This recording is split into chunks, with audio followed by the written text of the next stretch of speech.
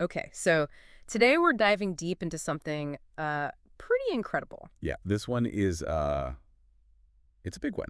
It is. It's penicillin. Penicillin, that's right. Yeah, and I think what makes this one so interesting is, you gave me all this great material to look at, and it's everything from like the sort of accidental discovery to the Hmm. manufacturing process and the regulation and the economic impact. I mean, it's a lot. It's the whole picture. It's the whole thing. Right. And so we're gonna try to distill all that down to the good stuff, all the really cool, the really interesting stuff. Yeah, and really what's amazing about this is like a fundamental shift in how we treated diseases. Yeah. Yeah. Before this, bacterial infections were like the #1 killer, and this was like a huge change. So let's start right at the beginning with the historical origins of this. How did this all come about? Well, so it all starts in 1928 with a guy named Alexander Fleming, and he was a professor at St. Mary's Hospital in London. Mm-hmm. And what he was doing was he was working with cultures of Staphylococcus,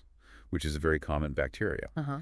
And as the story goes, one of his petri dishes accidentally got contaminated by a mold called Penicillium notatum. Oops. Yeah, he didn't just toss it out, though. Right. He noticed something really interesting was happening. Lucky break. It was a huge break. Yeah. He noticed that around the mold, the Staphylococcus wasn't growing. Right. It had inhibited the growth of the bacteria. So that must have been an interesting thing to see. Like, hold on a second. Yeah, yeah. I mean, this is a huge moment in medical history. Yeah. Like this is something that could change everything. And he kind of reasoned that the fungus must be producing something that was antagonistic to the bacteria, to the germs. Right. And so he followed up on this. And in 1929, he published a paper in the British Journal of Experimental Pathology. And in that initial report, he suggested that this substance might be useful for treating infections from microbes that were susceptible to it. Okay, so right away he saw that there was a therapeutic potential That's right. Yeah, yeah. for this mold, basically. And in fact, he continued to use penicillin in his lab himself to distinguish between different types of bacteria Yeah. to kind of help him isolate different things. Okay. It was almost like a tool for him. Interesting. Okay. Yeah. But there was a little bit of a quiet period, I think, after this initial Yeah. allocation. Yeah, you're absolutely right. For several years after that 1929 publication, there wasn't a lot of attention paid to penicillin. Huh. It kind of languished on the sidelines for a few years. Why? That's a really good question. Yeah, it's surprising. I mean, it sounds like such a breakthrough. Yeah. Why do you think that was the case? Well, I think there's a number of factors probably at play here. Maybe the scientific community wasn't totally convinced by the findings. Maybe the research efforts were focused on other avenues. Mhm. But it wasn't until the later successes of sulfonamide drugs that people really started to think about chemotherapy in a big way, Yeah. which Yeah. is the use of chemicals to treat infections. Right. And so it was the success of those drugs that kind of opened the door again for penicillin. So it sounds like the success of one scientific advance kind of paves the way Right. for others. Right. It opens people's minds to a new possibility, Okay. and they start thinking in that direction. Right. And so then fast forward a few years to the late 1930s, we have a researcher at Oxford University named Ernst Chain, Okay. and he stumbles across Fleming's 1929 paper, Aha. and he's immediately intrigued. Wow. And he proposes to his supervisor, Howard Florey, this idea of, hey, let's try and isolate this active compound. Let's see what's going on here. Let's see what we can do with this. And what's interesting is that they actually had Fleming's original strain of penicillium at Oxford. Wow. So they had the ingredient Yeah. right there. Wow, that's amazing. So by 1939, Florey had assembled a research team. Okay. And one very important member of that team was a guy named Norman Heatley. Okay. And he was a fungal expert. Okay. And he was really crucial because he developed a way to grow penicillium in much larger quantities. Okay. So you're taking it out of the Petri dish, you're scaling it up. Right. You can't treat people with Petri dishes. You No. want something more. Right. And there's this funny little historical side note that his contract was nearing its end. And the outbreak of World War II actually prevented him from taking another job in Stockholm. Wow. So he stayed on at Oxford and continued this really important work. Wow. Yeah. Well, I mean, that's a reminder that history really does turn on these very small Yeah, events. it does. It's wild the things that happen that can change the course of history. Yeah. So while he was doing that, Ernst Chain was tackling the incredibly difficult task of purifying the penicillin from the malt extract. Okay. And, he eventually succeeded in isolating a much more concentrated form of the drug. Wow. So then they could actually start doing animal trials. Right. And that was really important to see if this stuff could actually fight infections Right. in living organisms. Yeah. So Florey oversaw these experiments, and they took mice that were infected with streptococcus, a very virulent strain of streptococcus, and they treated some of them with penicillin. Okay. And the results were really dramatic. Wow. The treated mice survived, and the untreated mice all died. Wow. So that's an incredible moment for them to see. Yeah. I mean, one of the sources says that Chain himself called it a miracle. Wow. It was a huge breakthrough. Yeah. So they followed up on that with the publication in The Lancet in 1940, Okay. in August of 1940. Mm-hmm. And in that paper, they detailed the production and purification of penicillin, and then their experimental use against, these different bacteria, streptococcus and staphylococcus and clostridium. Okay, so now the world's really on notice. Yeah, the world is starting to pay attention. Yeah. And it's really important to connect this back to this earlier idea of a magic bullet. Yeah. Right? This was championed by a guy named Paul Ehrlich. Okay. And it was really this idea that there could be some chemical agent that could selectively kill microorganisms without being toxic to the host. Right, so just target the bad stuff. Exactly. And leave the good stuff alone. Exactly. And Ehrlich, he actually coined the term chemotherapy. Okay. And he had achieved a breakthrough himself with salvarsan to treat syphilis. Okay. But progress in finding these other magic bullets was really slow until penicillin came along. Okay. And so, Fleming's discovery really kind of brings that vision much closer to reality. Yeah. Okay. Yeah. So penicillin's starting to look like this magic bullet that everyone's been searching for. Yeah. Let's talk about its clinical use and how significant it was therapeutically. Right. Initially, as Fleming himself had suggested, the hope was to treat infections with these specific microbes that were susceptible to it. That's right. Yeah. And early animal studies showed that it was really effective against common bacteria that caused lots of serious infections. Right. And it quickly became clear that penicillin was superior to those sulfonamide drugs that we were talking about. Yeah. In a lot of ways. Really? Yeah. So this really was a new era of chemotherapy. Uh-huh. And, this is particularly important for diseases that weren't affected by the sulfonamides. Okay. Things like certain forms of pneumonia, staphylococcus infections. Uh-huh. And there was initially hope that penicillin would be effective against tuberculosis and leprosy and malaria, but that wasn't totally realized. Okay. But it did have this huge impact on other infections. So this is really the beginning of what we think of as the antibiotic revolution. Exactly. It's the beginning of that. Yeah. Penicillin was effective against all these different bacteria Right. infections, and that led to a huge decrease in mortality and morbidity Right. from things that had previously been life-threatening. So this really changed medicine. Yeah. And then later, the discovery of other antibiotics like streptomycin Right. just further expanded that ability to treat infections. Yeah. Okay. Yeah. So penicillin's great. It is. But of course, like with any drug, there are some potential drawbacks. Right. And one thing we do need to talk about is penicillin allergy. Right. So penicillin has saved countless lives. Yes. But it's also true that penicillin allergy is a thing. Right. It's a real concern. It's a real concern. Yeah. And your source mentions that for some oral conditions, alternative antibiotics like azithromycin and cephalexin Okay. are often prescribed for people who have a penicillin allergy. Right. But there's a warning there for cephalexin Oh. because it can also cause a reaction in people who have a severe penicillin allergy. Okay. So it's not always a straightforward Right. substitution. Gotcha. Yeah. So you have to be really careful. Yeah. And what's interesting is that there's a growing understanding now about the importance of accurate penicillin allergy assessment. Okay. Because research, especially in pregnant women, has shown that a lot of people who think they have a penicillin allergy don't actually have a true allergy. Mm-hmm. So allergy evaluations, Okay. including skin testing, can actually lead to what's called delabeling, Okay. which means that they can actually be treated with penicillin or first-line alternatives like cefazolin. Okay. And that avoids the potential downsides of using broader spectrum antibiotics, Right. which can sometimes be less effective. Yeah. and they also contribute more to antibiotic resistance. Right. So basically, if you think you're allergic to penicillin, it's probably a good idea to actually get that Yeah. checked out. Yeah, absolutely, because you might not be, and that Yeah. could change your treatment options. Yeah. Okay, let's talk about the manufacturing process. Obviously this was a huge breakthrough, but initially, they're working with these small-scale lab productions. Right. How do they scale this up? Right. So initially they were using what's called surface culture of the mold. Okay. So they would grow the mold in flasks or bottles Uh-huh. with a nutrient-rich broth. Okay. But, obviously you can't treat millions of people Right. with flasks and bottles. Right. So then World War II comes along, Okay. and there's this huge need for penicillin. Right. And that really drives the development of large-scale production techniques. Okay.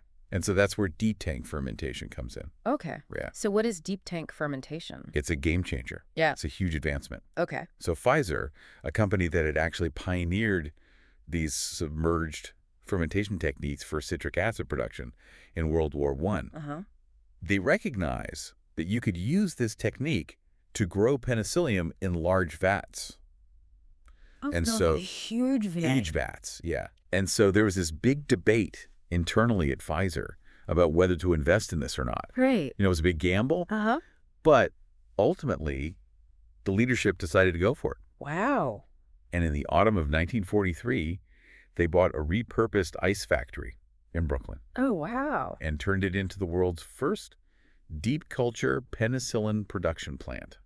Wow, so they're really going all in on this. Yeah, they're going all in. That's really something. Yeah. Okay, so just to clarify here, we're talking about a fungus Right. that's producing penicillin, Right, and it's primarily Penicillium chrysogenum. right, Although the initial discovery was with Penicillium notatum, right. Different species, but yeah. a different species, but Yeah. yeah. But the basic principle here is that you're interfering with Yeah. the metabolism of the microorganism Okay, that's causing the infection. right.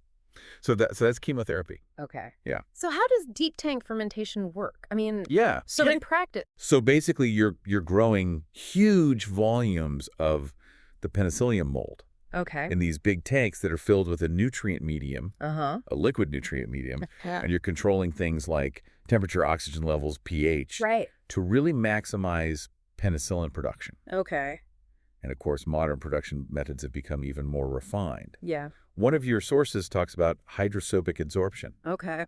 So basically, you're directly absorbing the penicillin from the broth Okay. using these selective hydrophobic resins. Okay, so what is hydrophobic? Hydrophobic means that it repels water. Okay. So it's attracted to things that are not water. Right. And so the penicillin molecule is one of those things. Okay.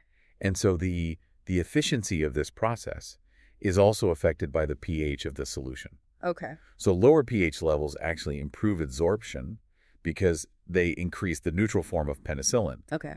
which binds more readily to the resin. Gotcha. But you can't go too low Right. because then you can actually degrade the penicillin molecule. Oh, okay. So you have to kind of find this sweet spot around pH 4. Interesting. So it's a Yeah. really delicate process. It is. It's very precisely controlled. Uh-huh. Yeah. Okay, so we're taking this from this moldy petri dish to this really sophisticated Yeah. chemical engineering. Yeah. Wow. Wow. Yeah, it's a huge leap. Okay, so now we've got to make sure that all this stuff is, done right. Right. So what are the quality control measures? Right. So there's this thing called good manufacturing practices, Okay. or GMP. GMP. Yeah, and the FDA has these regulations Okay. that cover current good manufacturing practice for finished pharmaceuticals. Okay. And this includes making sure that all the equipment and the utensils that are used are clean and properly maintained. Right. So you don't have any contamination. Right. You don't want to mess this up. Right. Yeah. Yeah, you don't want anything to compromise the safety or the identity or the strength or the quality or the purity of the drug. Right. So you've got to have these written procedures for all the steps in the process, Uh-huh. including cleaning and maintenance. Okay. And you've got to retain reserve samples from each batch. Okay. And you've got to have these comprehensive master production and control records Right. so that you can trace everything back Okay. if there's a problem. So even though, this is an early drug, Right. they're still following Oh, yeah. the same Oh, yeah. The regulations are rigorous standards. super strict. Yeah. Yeah. Okay, let's talk about the regulatory journey of penicillin. Okay. Obviously, its initial use kind of predates the modern drug approval Right. frameworks that we have today. Right. So it was introduced and used widely before we had all these really stringent new drug application requirements, Okay. similar to acetaminophen. Okay. Yeah. But the urgency of wartime probably really played a role in its initial adoption and distribution. Yeah. I mean, they needed it Yeah. on the battlefields. Right. Yeah. So that likely expedited its use and distribution. Right. So they kind of had to. Yeah. They had to cut through some Yeah. red tape, I'm sure. Yeah. What about patents and global access? Right. So that's a really interesting aspect of this story. Yeah. Britain made a decision not to heavily patent penicillin. Really? Yeah. And this was a policy choice to ensure that there was wide access to the drug Okay. during the war. Yeah. They wanted to make sure that everyone who needed it could get it. Uh-huh. And this actually contrasts with their later approach to cephalosporin, Oh. where they were much more aggressive about patenting. Oh, interesting. Yeah, so it's an interesting sort of ethical consideration Yeah. there. Yeah, for sure. Yeah.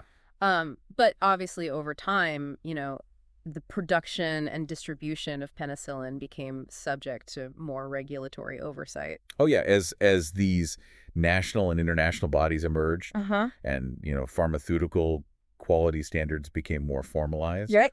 penicillin production was subject to all of that. Okay. Now, did you come across any specific legal challenges or controversies? Not in the way that you see with some other pharmaceutical. Okay. There weren't any big legal battles, Gotcha. but the principles of GMP Right. would have applied to penicillin Right. as well. Okay. Yeah. So let's talk about the economic impact. Okay. Initially, the demand must have been huge. Oh, yeah. I mean, this was a miracle drug, Yeah. and there was very limited supply. Yeah. So the demand totally outstripped the supply. Yeah. And the prices were probably really high Yeah. at first. Okay. But then the development of deep tank fermentation, that really changed things. That changed everything. Right. Yeah. Suddenly they could produce much more. Yeah. The supply went up, and the Mhm. prices came down. Okay. And as production methods became more widespread Yeah. and the initial patents expired, Right. there was more competition. Right. More companies started making it. Right. And so the prices went down even further. Okay. So it's sort of the same thing you see with aspirin, Exactly. acetaminophen. Branded versus generic. Yeah. Exactly. Yeah. Okay. And penicillin has played a role in global health initiatives as well. Huge role. Yeah. Yeah. Making it more accessible in various countries. Yeah. It's been really important for improving healthcare outcomes. Yeah. Worldwide. Yeah. Treating infectious diseases, reducing complications. Yeah. And that's had a positive impact on healthcare costs. Yeah. Okay. So it's been a game changer. It's been a game changer. Yeah. Well, I mean, let's talk about the cultural influence of penicillin. Okay. I mean, people were calling it a miracle drug. it was a miracle drug. Yeah. This is a huge shift in how people thought about treating infectious diseases. Mm-hmm. Suddenly there was hope. Right. Where before there was often despair. Yeah. Yeah. And it's had a huge impact on life expectancy. Huge impact because Mhm. it's eliminated so many of these bacterial infections that used to kill people. Yeah. So penicillin has really Yeah. changed the world This changed the word. in so many ways. Yeah. But there's a downside too, Yeah. and that's antibiotic resistance. Right. So how did that happen? So the widespread use of penicillin Yeah. and other antibiotics has led to the evolution Okay. of bacterial resistance. Okay. Basically, the bacteria have adapted. Yeah. They've found ways to survive Uh-huh. in the presence of these drugs. Okay. And how do they do that? So there are a few different mechanisms. Okay. One is limiting the uptake of the antibiotic Okay. into the bacterial cell. Uh-huh. Another is modifying the target site Okay. so the antibiotic can't bind to it. Right. Another is producing enzymes that inactivate the antibiotic. Okay. And another is actively pumping the drug out of the cell. Uh-huh. And that's called efflux. Efflux. Yeah. Okay. And so do different types of bacteria use different They do. mechanisms? The gram-negative bacteria often use all four of those Okay. mechanisms. Uh-huh. Gram-positive bacteria less commonly limit the uptake. Okay. But yeah, so it's really an arms race Yeah. between us and the bacteria. Yeah. Yeah. So what can we do? Well, the important thing is antibiotic stewardship. Okay. So using these drugs responsibly, Yeah. carefully, Yeah. not overusing them, Right. making sure that we're using the right drug Yeah. for the right infection. Yeah. Oh, Okay. yeah. Wow. Well, this has been a really amazing story. It is an amazing story. Yeah. Going from this accidental discovery to this drug that's changed the world. Yeah, it's a testament to scientific curiosity, collaboration, Yeah, and the impact of medical innovation. for sure. For Yeah. sure. And it's amazing to think that, this seemingly accidental event could have such huge consequences. It is, yeah. Reshaping medicine and industry and just the way we think about life itself. Yeah. So it really makes you think, as we reflect on this, how can we learn from penicillin's history Yeah. to address this growing challenge of antibiotic resistance? Yeah. How can we make sure that future generations can still benefit from these drugs? Yeah. What role will new discoveries play? Right. And what role will responsible antibiotic stewardship play? Right. These are all really important questions to think about. Yeah, some food for thought. Yeah. Yeah. Yeah, for sure.